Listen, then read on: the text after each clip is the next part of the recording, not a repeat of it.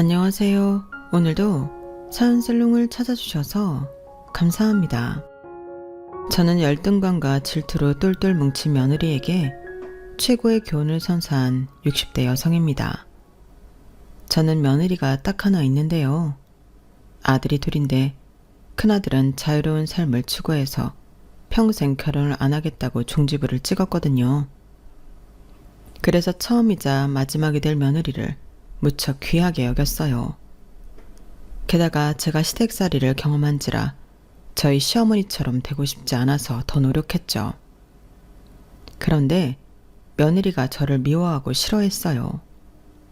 처음에는 이유를 몰랐죠. 그런데 여러 사건들을 통해 며느리에게 열등감과 질투가 있다는 걸 알았어요. 처음엔 며느리가 느끼는 열등감과 질투가 제 잘못인 것 같아서 더 아끼고 잘해줬어요. 하지만 며느리는 더욱 싫어하는 감정을 숨기지 않더라고요. 그러다 사건이 생겼어요. 제가 며느리에게 잘 보이기 위해 손자가 가장 좋아하는 치킨을 시장에서 사서 들고 갔는데 며느리가 글쎄 그걸 쓰레기통에 버리더라고요. 저는 울면서 집으로 갔고 복수는 시작되었어요. 지금부터 그 얘기를 해드릴게요. 저는 26에 딸기 농사를 짓는 집안의 맏며느리로 시집을 갔어요. 맏며느리라서 그런지 첫 며느리라서 그런지 저는 시댁에서 살게 되었어요. 시댁살이가 무척 심했다는 말은 아까 말씀드렸죠? 저희 시어머니는 정말 무서운 호랑이 선생님 같았어요. 시어머니는 제가 맨발로 돌아다니는 걸 무척이나 끔찍하게 생각했고 무조건 종아리가 반쯤 가려지는 치마를 입게 했어요. 그리고 한여름이어도 긴팔을 입게 했죠. 제가 몸에 열이 무척 많은 편인데 그래서 가을에도 땀띠를 달고 살았어요. 그리고 그해 겨울에 저는 첫 아이를 임신했는데 시어머니는 자기도 임신을 했을 때 다 했던 일이라며 여전히 똑같은 강도로 집안일을 시켰어요.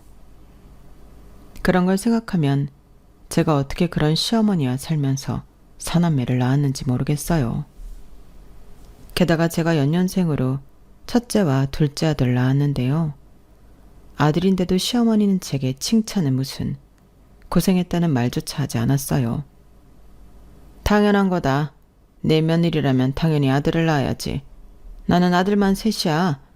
우리 집안에 오면 아들 낳는 복은 타고나게 되어 있어. 그런데 제가 셋째와 넷째를 딸을 낳았어요. 시어머니는 아이의 성별을 확인하고서 혀를 찼죠. 그러더니 친정으로 산후조리도 못 가게 했어요.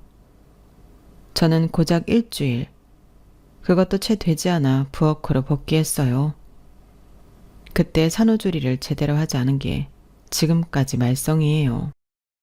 더구나 저희 집은 시아버지가 이장이어서 농가에서 품앗이를 하고 회풀을 푸는 곳이 늘 저희 집이었어요. 명색이 이름 있는 집안이라 제사도 많은데 말이에요. 그래서 저는 시어머니와 함께 살 때 부엌 밖으로 1시간 이상 있었던 적이 없어요. 물론 동서들이 생기고 나서는 조금 처지가 괜찮아졌지만 저는 여전히 시댁에서 분가하지 못했어요. 둘째 아주버님은 서울에서 변호사로 있었고 막내 아주버님은 집안 농사를 짓지만 시댁이 그렇게 넓지 않아 분가했거든요. 이럴 줄 알았으면 두 번째로 결혼하는 건데 말이에요. 그래서 다른 동서들은 시댁에 있을 때만 듣는 잔소리를 저는 하루 종일 들어야 했어요. 정말 귀에서 피가 날 정도였어요. 하지만 그럼에도 저는 아이들 앞에서는 티를 내지 않았어요. 제가 시어머니 때문에 괴롭고 슬프다는 걸 저는 최대한 아이들에게는 보여주고 싶지 않았어요. 알려주고 싶지도 않았죠. 그래서 저는 아이들 앞에선 최대한 웃었어요. 그런 저의 노력에 답이라도 하듯 아이들은 건강하게 잘 커졌어요. 아이들 모두 잔병치레는 있었지만 입원을 할 정도로 크게 아픈 적은 없었어요. 그리고 학교에 불려갈 정도로 사고를 친 적도 없었죠. 교우관계도 좋았고 성적도 좋았어요. 사춘기 시절에도 크게 방황하지 않았고요. 특히 첫째는 속을 썩이긴커녕 저희 부부의 자랑거리였어요. 첫째 아들은 여자애들과 비교해서도 말이 빨라 어릴 때부터 조잘조잘 말하는 것을 좋아했어요. 그래서 친구들도 많았고 매년 반장을 놓치지 않았죠. 성격도 좋아서 성적 우수상은 기본이었어요. 그래서 좋은 대학에 가 조기 졸업을 해 일찍 대기업에 취업했어요. 첫째 아들은 정말 저희 부부의 남부러울 것 없는 자식이에요. 게다가 저희 첫째 아들은 가족을 끔찍하게 생각해서 너무 오래되어 무너질 것 같은 저희 집을 자기 돈을 들여 리모델링 해주고 그것도 모자라 가전제품을 모조리 바꿔주었어요. 그리고 저희 부부는 생애 처음으로 첫째 아들 덕분에 해외여행을 갈 수 있었죠. 정말 즐거운 시간이었어요. 그렇다고 완벽한 아들이라고는 할 수 없어요. 저희 첫째는 말씀드렸다시피 결혼 생각이 전혀 없거든요. 아들, 이번에 바꿔준 휴대폰 다들 부럽다고 난리다. 정말 고마워. 그런데 얼마 전에 냉장고랑 다 바꿔줬는데 너무 무리하는 거 아니니? 아니에요. 어차피 그 돈 벌어서 저 혼자 다 못 써요. 이참에 효도도 하고 좋죠 뭐. 그러게 그거 다 벌어서 같이 쓰면 좋을 텐데. 엊그제 수철이는 여자친구랑 계곡 갔다고 하더라. 너는 이번 여름 휴가 때 어디 안 가니? 왜 안 가요? 이번 여름에 발리 갈 거예요. 어머 정말?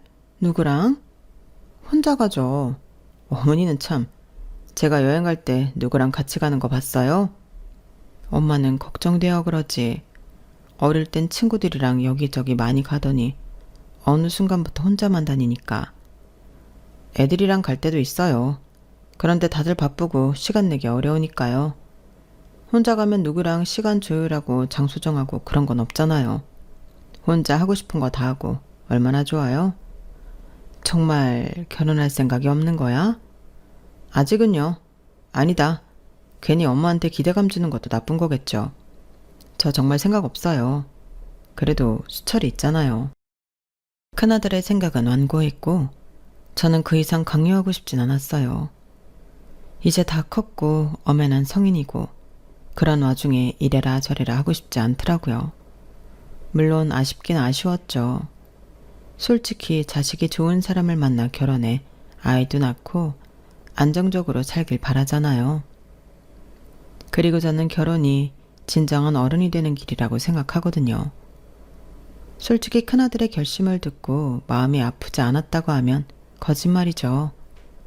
게다가 저희 막내딸마저 큰오빠의 영향인지 결혼을 안 하겠다고 했어요.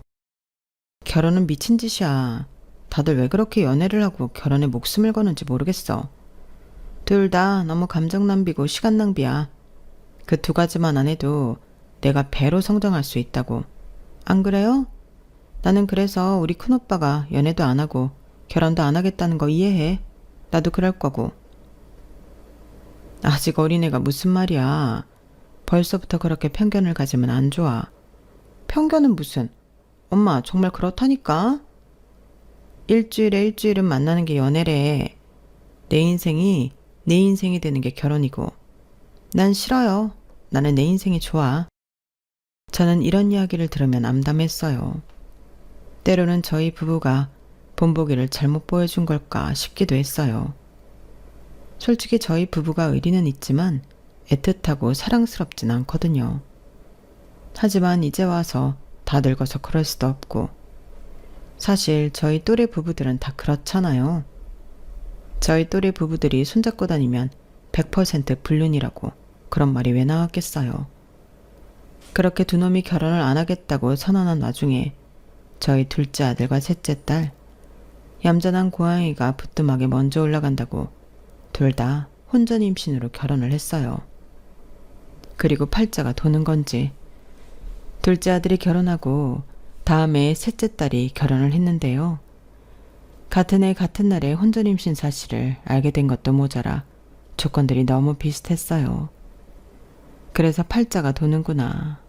팔자가 형제간에도 돌 수 있구나. 이런 생각이 절로 들었어요.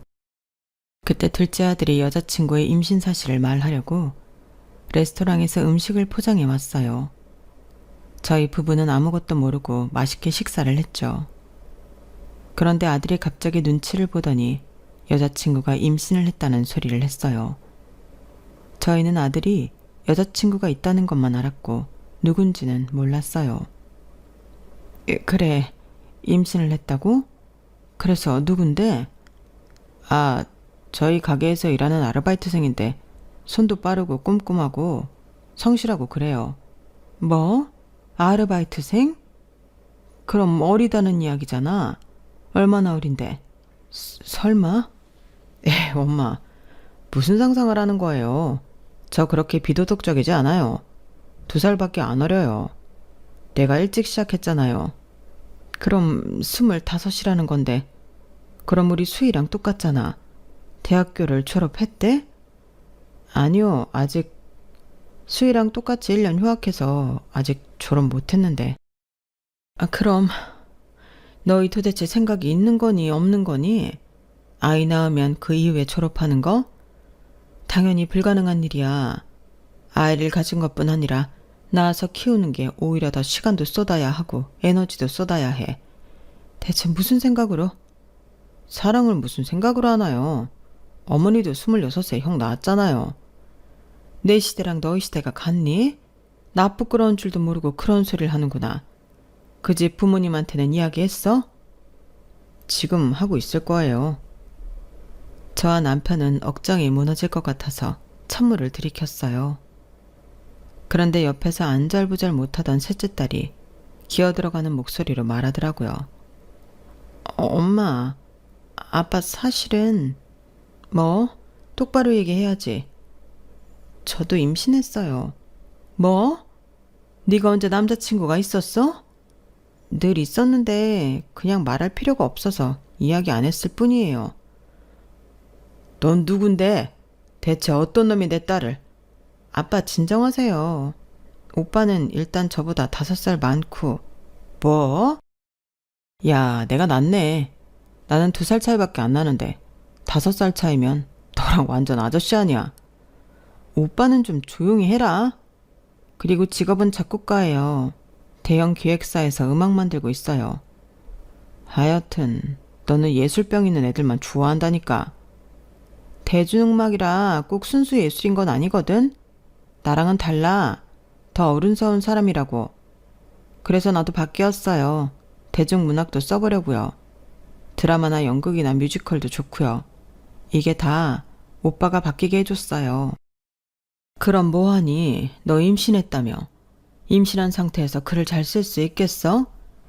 네가 지금 임신한 지 얼마 안 돼서 할 수 있을 것 같지만 몸 무거워지고 신체 변화 오기 시작하면 의자에 앉아있는 것도 힘들어. 그리고 아까도 얘기했지만 아이를 낳으면 그만큼 너한테 쏟을 수 있는 시간이 없어. 너 절필하게 될지도 모른다고. 그리고 이대로 학교 자퇴하면 소문도 날 거고. 소문은 상관없어요. 사실이니까. 엄마, 나는 정말 나을 거예요. 오빠랑 같이 있으면 행복하니까. 나답게 해주는 사람이에요. 그래도 소설가가 되겠다며. 아직 등단도 못했는데 이렇게 애엄마 되면 억울하지도 않아? 엄마는 대체 어느 쪽이에요? 큰오빠랑 막내한테는 결혼 안 한다고 뭐라고 하고 저랑 작은 오빠한테는 결혼을 왜 하냐고 하고. 그렇게 말해도 돼요? 상황이 다르잖아. 이렇게 급하게 결혼할 필요가 있냐는 거지. 완벽한 상태에서 결혼하려면 40이 넘어서도 못해요. 저는 무조건 오빠랑 결혼할 거예요. 오빠도 그 사람이랑 꼭 결혼할 거잖아? 맞아요. 할 거예요. 저와 남편은 뒷목이 아팠어요. 솔직히 아들과 딸의 힘겨운 미래가 뻔히 보여서 말리고 싶었어요. 하지만 딸의 말이 틀린 것도 아니었어요. 누구는 결혼하라고 하고 누구는 하지 말라고 하고 상대에 따라 다르게 말한 제가 불공평하긴 했어요. 그리고 어떻게 하겠어요.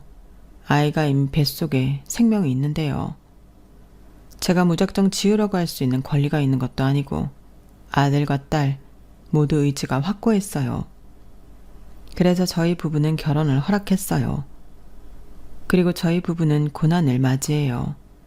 처지가 비슷한 결혼이잖아요.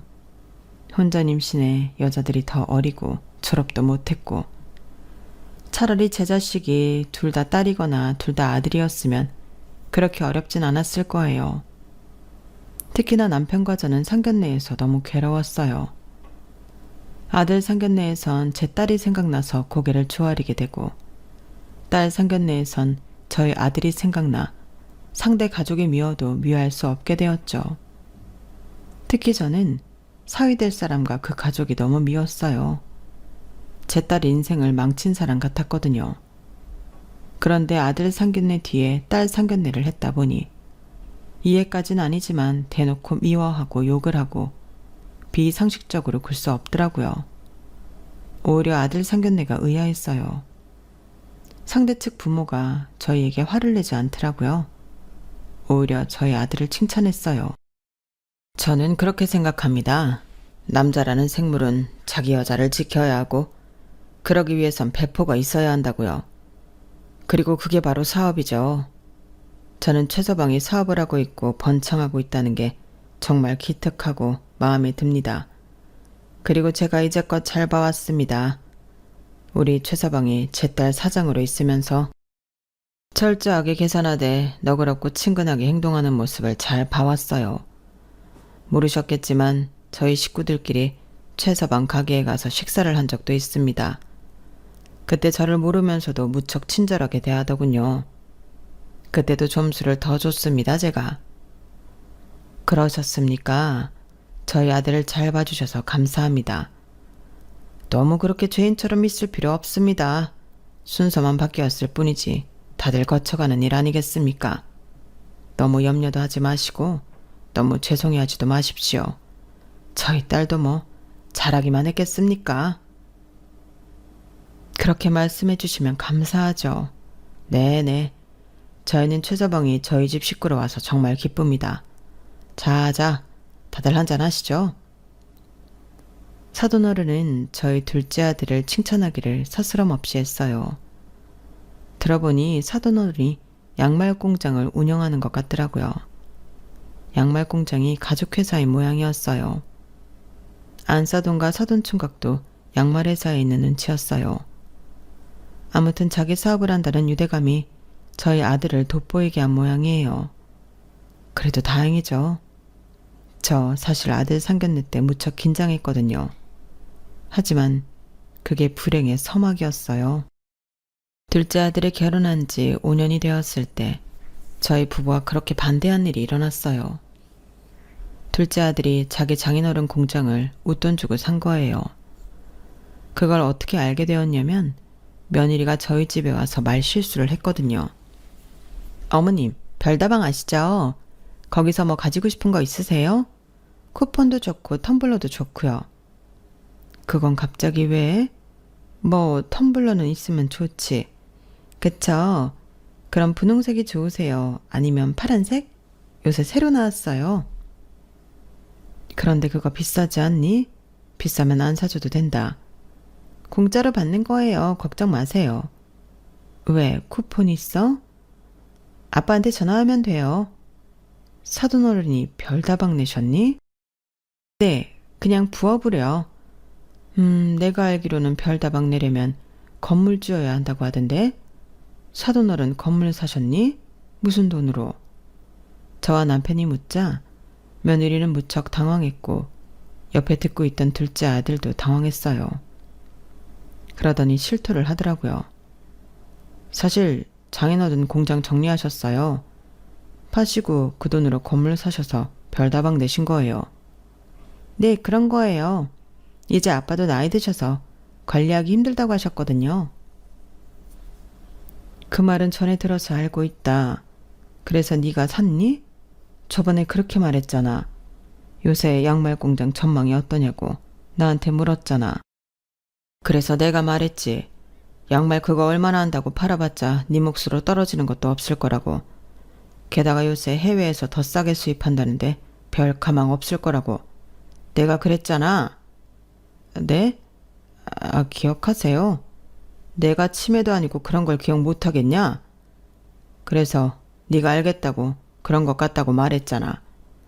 내가 그때 네가 왜 물어보는지 묻진 않았지만 느낌은 왔어. 그래, 네가 그 공장 산 거야?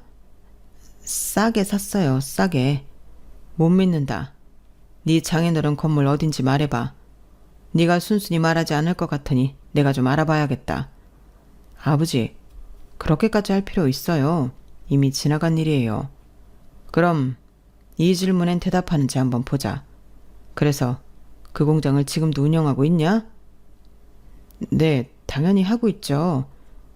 전망이 안 좋다고 해도 꼭 필요한 사업이잖아요. 지금 잠깐 주춤하는 것뿐이지 품질로 밀어붙이면 될 거라니까요. 지금 현 상황을 봐라. 양말 다 뒤집어 봐. 메이드 인 코리아가 어딨어? 다 메이드 인 차이나지. 그런데 그게 잠깐일 것 같냐? 지금 많은 공장들이 중국 공장이 밀리고 있어. 사람들이 품질도 보지 중요하지. 그런데 가격도 못지않게 중요하게 생각해. 너 지금 네가 사장이니까 알겠지? 너희 공장에서 양말 한 켤레에 얼마대 가냐? 솔직하게 말해봐. 말 못하지? 봐라. 그게 지금 양말 산업의 현실이다. 아무리 죽어라 품질을 높여봐라. 가격도 같이 올릴 거면서. 그럼 말짱 도루묵 아니냐? 너희 장인어른은 어떻게 자기 사위한테 망해가는 사업을 웃돈 주고 팔 생각을 하는 거냐? 널 가족으로 생각하긴 한다니? 아버지는 지금 옆에서 듣고 있는데 네 장인어른이 손 뗐으면 안사돈이랑 사돈총각은 지금 그 회사에 그대로 있어? 아니요, 다들 다른 일 하시죠. 아휴, 내가 이럴 줄 알았어. 그 사람들이 너한테 똥 싼 거야. 쥐뿔도 모르는 너한테 뒤집어 씌운 거라고. 아버지, 그래도 저 몇 달은 배운 뒤에 인수받았어요. 어떻게 흘러가는지 그 정도는 안다고요. 그리고 저 브랜드도 만들 거고 수출도 할 거예요. 그러니까 무시하지 마세요. 몇 달? 몇 달 배워서 전반적으로 공장 상황을 다 안다고? 솔직히 말해. 네가 들어가고 매출 더 떨어졌잖아. 너 지금 하는 가게 넘기고 양말에 집중할 수 있어? 그럴 생각도 없지. 고작 양말인데. 안 그래? 내가 장담하건대 네가 양말 공장에 목숨을 걸지 않는 이상 걸굴 헛값에 공장 팔게 될 거다, 멍청한 놈. 내가 그렇게 정으로 사업하지 말라고 했는데 너는 그 정이 문제야. 사업을 할 때 냉정하게 사람을 봐야 한다고. 저번에 네 가게에서 계속 손님이랑 싸운 주방 이모, 너 계속 데리고 갔지? 그분은 사정이 딱해서 갑자기 그 이야기를 왜 하세요? 왜 하긴 해야 하니까 하지. 그 아줌마 사정을 왜 네가 봐줘야 해? 설명해봐. 그럼 사장인 제가 봐주지 누가 봐줘요. 그래서 네 가게에 손실이 어느 정도 있었는지는 확인 안 했냐? 사업은 냉철한 머리로 하는 거야. 내가 말했지. 너는 절대 사업하면 안 된다고. 사업할 조건이 안 된다고. 아, 그래서 딸기 농장도 저 안 주시려고요? 냉정한 머리를 가진 형한테 다 주려고요? 뭐? 제가 그 속셈을 모르는 줄 아세요? 저도 다 알고 있어요. 아버지가 무슨 생각을, 무슨 미래를 그리는지 다 알고 있다고요. 아버지, 요새 형한테 자주 전화하죠? 그래서 언제 일 그만두고 고향으로 내려올 거냐고. 내려오면 집에서 살지 말고 아파트 얻어준다고 그러시잖아요. 딸기 농장 다 형 주려고. 그렇게 제가 어렵게 사는 걸 알면 저한테도 좀 기회를 주셔야 하는 거 아니에요? 그래, 너 말 잘했다. 내가 왜 너한테 딸기 농장에 딸자도 안 꺼내는 줄 아냐? 네가 그렇게 감정적으로 구는데 내가 어떻게 너한테 믿고 맡기겠냐? 너도 알다시피 이 농장 내 할아버지 때부터 대대로 이어온 농장이다. 내 아래에서 끊게 할 수 없어. 여보, 진정해요. 일단 지금 너무 상처만 주는 것 같으니 그만해요. 너도 흥분 좀 가라앉히고 그만하렴. 아버지는 네가 걱정되어서 그러는 거야. 우리도 속상해서 그러는 거야. 부모가 자식 잘 되길 바라는 게 정상적인 거 너도 부모가 됐으니 알잖니. 그런데 엄마도 그렇게 생각한다. 너의 방법이 잘못되었다는 건 아니지만 네가 너무 정만 보고 모든 걸 결정한다고. 그 결과가 어땠는지 나보다 네가 더 잘할 거라고 생각해. 아버지 말이 세서 그렇지 다 똑같은 말이야. 그러니까. 그때 가만히 듣고만 있던 며느리가 소리를 지르며 일어났어요. 다들 그만하세요. 아가야, 정말 너무들 하시네요. 저희 부모님이 남편한테 강매라도 했다는 말씀이세요? 아니, 우린 그런 게 아니라 그 공장, 저희 아빠가 공장장으로 시작해 정말 열심히, 피땀 흘려서 열심히 해서 사장까지 오른 공장이에요. 그 공장을 기꺼이 남편이 살 수 있게 저희 아빠가 배려한 거라고요. 그런데 어떻게 그렇게 심한 말을 하세요? 기꺼이 배려한 거라고? 아가야, 그건 좀 아니지 않니? 그럼 정말 저희 부모님이 강매라도 했다는 말씀이세요? 그럼 이야기해봐라. 우리 아들이 얼마 주고 샀는지 여기서 네가 아는 만큼 이야기해봐. 정말 너무들 하시네요. 설마 저희 아빠가 건물주 되었다고 질투라도 하시는 거예요? 두 분 다? 그럼 아버님도 딸기 농장 팔아서 건물 사시면 되잖아요. 누가 질투를 한다는 거냐? 말 돌리는 것 보니 웃돈 주고 판 모양이지? 지금 그 말 모욕적이네요. 저희 아빠가 무슨 사기꾼도 아니고. 그러니까 말해봐라. 얼마 주고 팔았는지. 됐어요. 어머님 아버님은 처음부터 그러셨어요. 저희 부부가 제가 잘 되는 꼴을 못 보죠. 저희가 처음으로 집 살 때도 그러셨잖아요. 그 전에 아가씨가 48평 새 아파트 들어갈 때는 잘했다 했으면서 저희가 52평 새 아파트 들어간다고 하니까 무슨 그렇게 큰 집이 필요하냐. 관리도 힘드니까 그냥 작은 집으로 가라고 그러셨잖아요. 그야 걔네들은 애가 둘이고 셋째 준비까지 하니 그렇지. 너희는 유민이 하나뿐이잖아. 저도 둘째 갖고 싶어요. 그런데 아무리 노력해도 제가 시댁에서 매번 스트레스를 받으니까 생길 애도 안 생기잖아요. 두 분 다 제가 애 하나 딸랑 낳고 집에서 놀면서 자기 아들 인생 조졌다고 생각하죠? 근데 우리 집에선 그렇게 생각 안 해요. 아드님이 제 인생 조져놨다고 생각하죠. 아드님만 아니었으면 저 멀쩡하게 졸업하고 박사까지 따서 교수했을 거예요. 아시겠어요? 너 아이 낳겠다고 우리한테 찾아온 건 너희들이잖아. 우리가 다시 생각해보라고 해도 너희들이 무조건 하겠다고 했잖아. 그래요. 저는 다시 돌아가도 우리 유민이 낳을 거예요. 대신 우리 남편이랑 시댁이랑 절연시키고 살 거예요. 애초부터요. 아니, 우리가 뭘 그렇게 잘못했다고 그러니? 이제껏 제가 한 말 이해 못하셨어요? 기억이 안 나세요? 저는 이렇게 새록새록 기억이 나는데요. 집만 그래요. 아가씨도 집에서 놀고 저도 집에서 살림하는데 아가씨한테는 직장 이야기 안 하면서 저한테는 일구할 거냐고 물어보고 제가 일을 구했으면 좋겠나 봐요. 왜요? 어머님 아들 고생시키는 거 보기 싫어서요?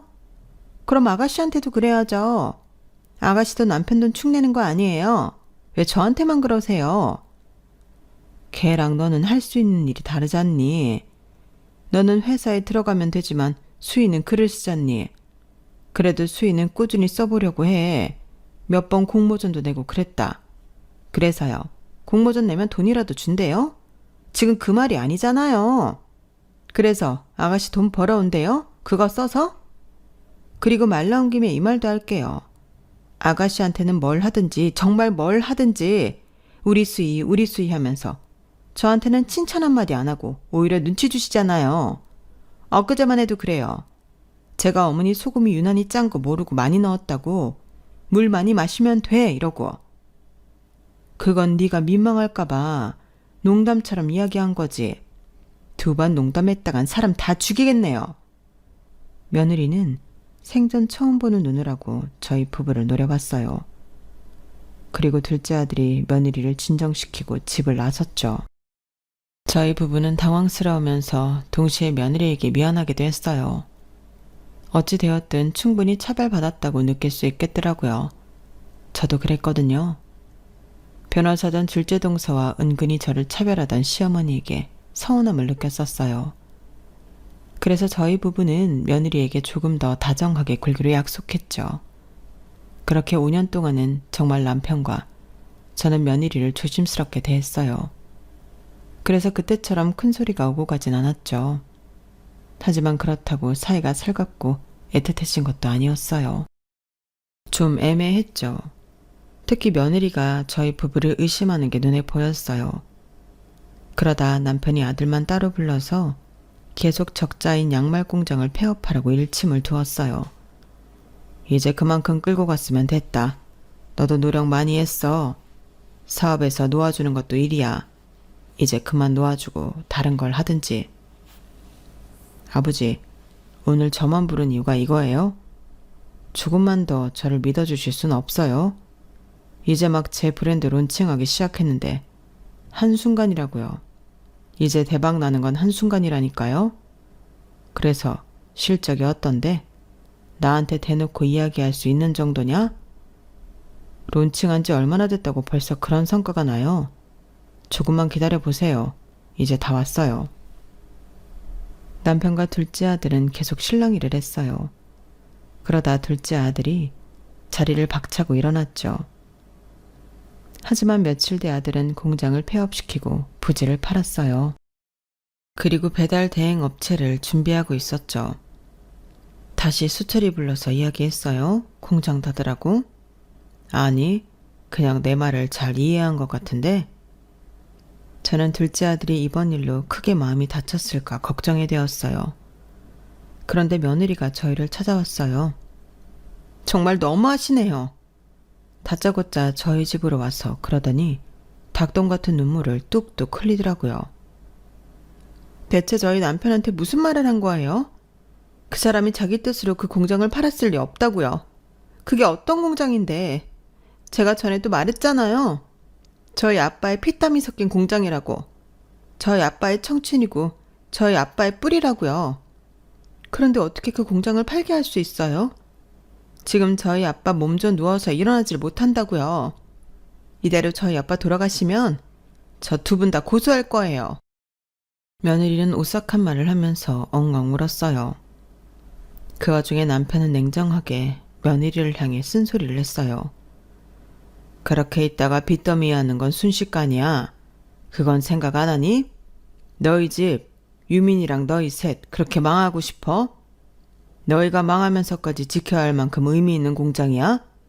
그랬으면 우리 아들한테 팔지나 말았어야지. 자기가 싼통 치우게 만들었으면서 뭘 팔지 말라고 고집이야. 그럴 거면 다시 사라고 해. 다시 사서 자기가 직접 운영하라고 해. 아버님, 어떻게 그렇게 냉정하게 말씀하실 수 있어요? 지금 저희 아빠가 몸져 누웠다고요. 자, 일단 너무 흥분하지 말고 당신은 안방으로 가요. 그리고 너도 너무 그렇게 생각하지 말아라. 다 미래를 보고 결정한 일이니까.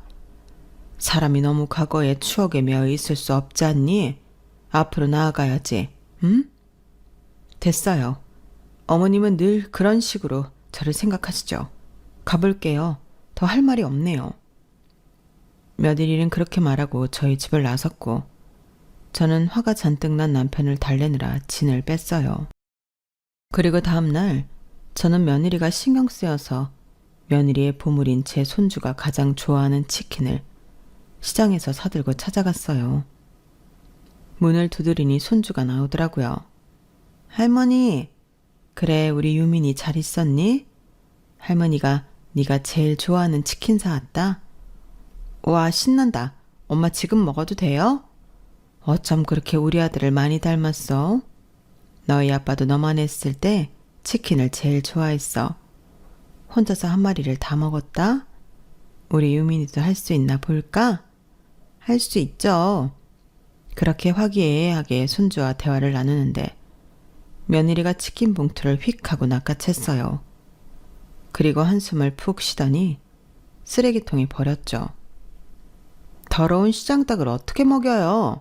유민아, 나중에 엄마가 로스구이 해줄게. 너 지금 뭐 하는 거니? 며느리는 제 말을 듣는 둥 마는 둥 손주를 방으로 들여보냈어요.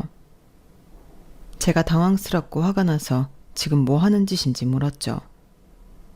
저 이제껏 어머님이 주신 거 한 번도 먹은 적 없어요. 저희 남편도 마찬가지고요. 싹 다 버렸거든요. 뭐? 그러니까 이것도 다 가져가세요.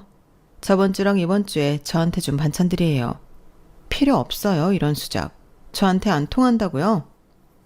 이런 수작이라니. 아니 이것들을 다 어디에 뒀길래 이렇게 냄새가 나? 어디에 뒀긴요? 집에서 분리수거하는 곳에 모아뒀죠. 솔직히 말해보세요. 이것들을 다 아가씨 주려고 만들다 남은 것들이잖아요. 남은 것 싸주면서 우리를 저를 생각한다고 표현하고 싶었어요? 참, 어이가 없어서. 이제 저희 앞으로 시댁이랑 연 끊을 거예요. 아니 그건 대체 무슨 소리냐? 가족 사이에 어떻게 연을 끊어? 왜 못 끊어요? 요새 천륜이 어딨다고. 안 보면 그만이죠. 우리 남편도 동의했어요. 그러니까 이제 앞으로 찾아오지도 말고 우리 가족 부르지도 말고 내버려 두세요 좀. 이제 나가주세요. 우리 아들이 동의했다고? 그럴 리가 없다. 우리 아들이 우리랑 연 끊는 걸 동의했을 리 없어. 우리 남편도 쌓인 게 많아요. 들어보니까 어릴 때부터 형이랑 아주버님이랑 비교했다면서요.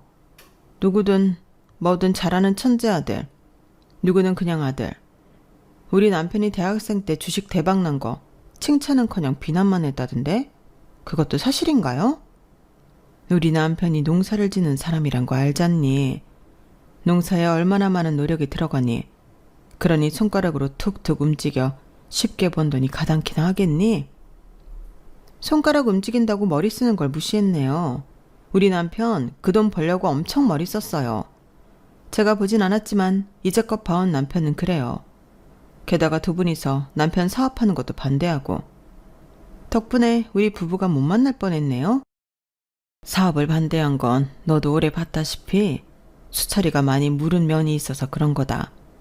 감정이 많이 치우치고 정이 많아서 사업은 냉정한 세계니까 수철이한테 어울리지 않는다고 조언했을 뿐이야. 제가 들었던 말들 중엔 조언이라는 건 없었는데요. 그렇다고 연을 끝내만에 이런 소리는 너무하잖니? 진작에 끊었어야 했어요. 제 친정에서 그간 두 분 때문에 받은 상처를 생각하면 진작에 그만 만났어야 했다고요. 아직도 우리 아빠는 몸져 누워있는데 정말 일말의 미안함도 없네요. 그러면서 며느리는 저를 밀며 집에서 나가라고 했어요. 그렇게 저는 며느리 집에서 쫓겨나 울면서 집으로 돌아왔죠. 집에 가보니 남편이 있더라고요. 제가 울면서 들어와서 남편이 자초지종을 물었어요. 저는 설명하면서 또 울고 그러기를 반복했어요. 이것들 가만히 두면 안 되겠어. 남편이 화를 내며 일어나는 걸 제가 말렸는데 말려도 소용이 없더라고요. 남편은 반나절을 밖에 있었고 들어와서 딱 한마디만 했어요. 이제 다 해결됐으니 걱정 마. 그리고 자세한 설명은 없었어요. 그렇게 며칠 뒤 둘째 아들 부부가 저희 집을 찾아왔어요. 다짜고짜 둘째 아들이 저희 남편에게 화를 내더라고요. 아버지, 이게 무슨 일이죠? 오늘 이삿짐 센터가 저희 집에 왔어요. 다짜고짜 짐을 빼라는데 저희 집이 팔렸다고 하던데요. 남편이 둘째 아들의 말을 듣고 아무런 대답을 하지 않았어요. 그러자 둘째 아들은 미쳐 날뛰기 직전의 표정을 짓더니 서류 하나를 테이블에 던졌어요. 그리고 이건 뭐예요? 지급 명령이요? 지금 당장 그 큰 돈을 어떻게 갚아요? 제 사정 다 아시면서 이렇게 나올 수 있어요? 그러게. 나는 더 올려받을 수 있을 때 그 공장 팔라고 했다. 말을 안 들은 건 너고. 그럼 손해도 너만 봐야지. 아버지. 이제 아버지로서 내가 해줄 수 있는 건 다 했다. 나는 내가 너에게 이런 걸 해줌으로써 네가 정신을 차리길 바랐다. 그런데 지금 나한테 따지는 걸 보니 아무래도 그런 것 같구나. 집에 대한 이야기는 미리 하지 않아 미안하구나. 그래도 일단 집이 팔리게 되었으니 나한테 찾아오는 게 아니라 너와 네 부인, 아들이 살 보금자리를 만드는 게 우선 아니냐? 네가 어엿한 가장이라면 말이야. 지금 이 상황에서 제가 어떻게 집을 구해요? 지금 제가 아버지한테 배신을 당했는데 정말 너무하신 거 아니에요? 정말 형한테 하는 행동이랑 저한테 하는 행동이랑 하늘과 땅 차이잖아요. 형한테는 이렇게 한 적 없잖아요. 지금 제 처지가 형 처지면 이렇게 하겠어요? 네? 배신이라니. 그 말은 이제껏 너를 믿어준 나한테 엄청난 모욕이구나. 내가 너랑 형을 비교하고 차별했다고? 그래. 나도 사람인지라 똑같은 자식이라도 더 아끼는 자식이 있어. 그건 인정하마. 하지만 그렇다고 나는 차별하거나 미워하진 않았다. 오히려 너는 아픈 손가락이었지. 그래서 항상 안쓰럽고 안타까웠다. 그리고 생각을 해봐라. 내가 너를 차별하고 미워했다면 그 큰 돈을 왜 빌려주겠냐? 자그마치 3억이다. 네가 구렁텅이에 빠지는 게 싫어서 내가 준 돈이 3억이야. 그리고 그 아파트도 네가 네 와이프 소원 이뤄주고 싶다고 해서 내가 구해준 거잖아. 그런데도 내가 너를 차별하고 미워해? 솔직히 말해, 내가 네 형한테 52평짜리 새 아파트를 사줬냐? 아니면 3억이란 돈을 빌려줬냐? 말해봐라. 그리고 아가야, 너도 말해봐라. 네가 우리가 셋째랑 널 차별한다고 했지? 내가 셋째가 그 아파트 살 때 보태줬다고 하더냐? 그거야 저도 모르죠. 형은 딸기 농장 주실 거잖아요. 내가 피땀 흘려서 일고 내 땅이야. 내 사업이고. 너도 사업해서 알지 않냐? 당연히 냉정하게 잘할 수 있는 사람에게 맡기고 싶은 것 아니냐? 저를 못 믿으시는 거 그게 차별이에요. 넌 아직 더 커야 된다. 그걸 차별이라고 생각하는 것부터 고쳐야 한다. 그런 걸 뭐라고 하는 줄 아냐? 열등감이라고 하는 거야. 살아가면서 열등감처럼 필요 없는 게 없어. 그리고 솔직히 말해서 내가 내 아파트 네 명의로 해줄까 물었을 때 너 아니라고 한 이유가 있지? 네? 세금 내기 싫어서 그런 거잖아. 그리고 이제껏 살면서 나한테 세금 준 적 한 번도 없고. 아니에요. 그건 정말 오해예요. 그래서 내가 3억 빌려줄 땐 혹시 몰라 차용증 쓴 거다. 그걸로 지급 명령 내렸고. 아버지, 정말 너무하시네요. 그리고 아가야, 너도 나한테 갚을 게 있지 않니? 내가 얼마인 줄은 잘 모르지만 네가 내 금고에 손을 댔더구나. 그러면서 남편은 CCTV를 캡처한 사진을 며느리에게 내밀었어요. 며느리가 그 사진을 보더니 화들짝 놀라더군요. 어머 아버님, 이건 정말 오해예요. 저 그러지 않았어요. 어머나, 정말 오해예요. 전 금고인 줄도 모르고. 몇 년 전에 이미 우리 막내한테 들켰다면서. 내가 물어보니 막내가 이야기하더구나. 네가 5만 원 몇 뭉치를 가방에 넣는 걸 말이야. 여보, 정말이야? 아니야, 나 그런 적 없어. 그럼 고소를 해볼까? 법 앞에서는 답이 나오겠지. 남편이 그렇게 말하니 며느리가 두 손을 싹싹 빌었어요. 그리고 닭똥 같은 눈물을 흘렸죠. 그리고 실토를 하는데 며느리가 혼자 훔쳐간 돈이 3천만 원이 넘었어요. 그걸 알고 저희 둘째 아들이 입을 다물지 못하더라고요. 저 또한 이 모든 사실을 알고 뒤로 넘어갈 것 같았어요. 저는 정말 아무것도 몰랐거든요. 남편이 둘째 아들 부부에게 집을 사준 것도, 사업 자금을 빌려준 것도, 며느리가 금고에서 돈을 훔쳐간 것도 전혀 몰랐어요. 남편이 집에 CCTV를 달 때도 이런 상황까진 예상하지 못했어요. 저는 그저 남편이 좀도둑을 위해 예방 차원에서 설치한 줄 알았는데 그 좀도둑이 며느리였다뇨. 저는 놀란 가슴이 진정되지 않았어요. 그 와중에 냉철한 남편을 절연을 선언했죠. 저번에 네 엄마한테 우리랑 연 끊는다고 했다며? 물론 네가 직접 한 말이 아니라 며느리한테 들은 말이지만 너도 동의했다니 너한테 들은 거나 다름없다. 그래, 우리 연 끊자. 앞으로 보지 말자꾸나. 이제 할 말은 다 했으니 나가보거라. 그런데 멍하게 허공만 보던 둘째 아들이 며느리에게 재차 물었어요. 돈을 훔친 게 맞냐고요. 그러자 며느리가 더 울었어요. 그러니 둘째 아들이 남편에게 폭탄 선언을 했어요. 아버지, 제가 잘못했습니다. 죄송합니다. 피덩이인 제가 너무 잘못 생각한 것 같습니다.